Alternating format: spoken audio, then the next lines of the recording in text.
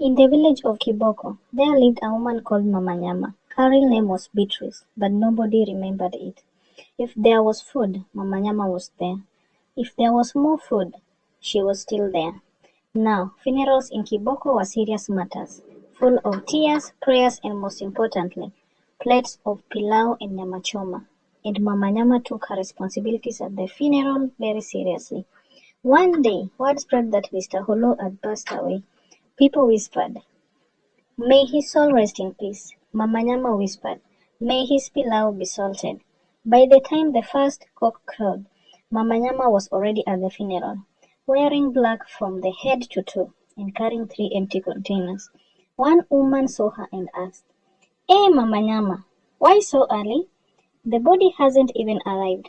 Mama Nyama replied, "My dear, I'm not here for the body. I'm here for the bodybuilding food."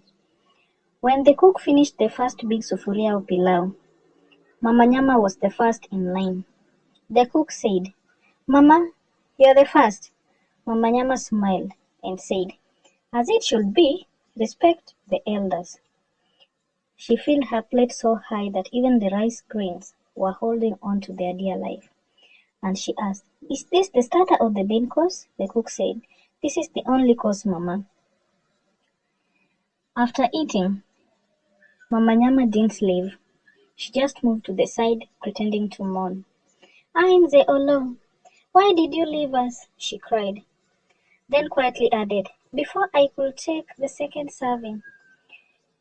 When the second batch of food came out, she was the first in line, this time wearing a different headscarf. Someone noticed and said, "Mama Nyama, weren't you served?" Mama Nyama replied, "That was my twin sister. I'm the one who is angry." Soon, nyama choma started disappearing faster than the mourners. One man said, "This is strange. We had 10 goats." Mama Nyama wiped her mouth and said, "Yes, but grief is heavy. It makes people eat." The man replied, "But Mama, you are the only one eating." Mama Nyama shook her head and said, "Grief affects people differently." By sunset, everyone had gone home.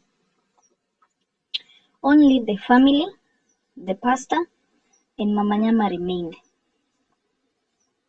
The pastor got concerned and asked Mama Nyama, "Mama, are you still mourning?" Mama Nyama replied, "Yes, I'm waiting for the final prayers." The pastor said, "But we finished praying an hour ago."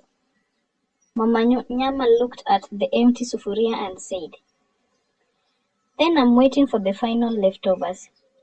When the family woke up the next day, they found Mama Nyama still seated under the tent. She was drinking tea from her own thermos.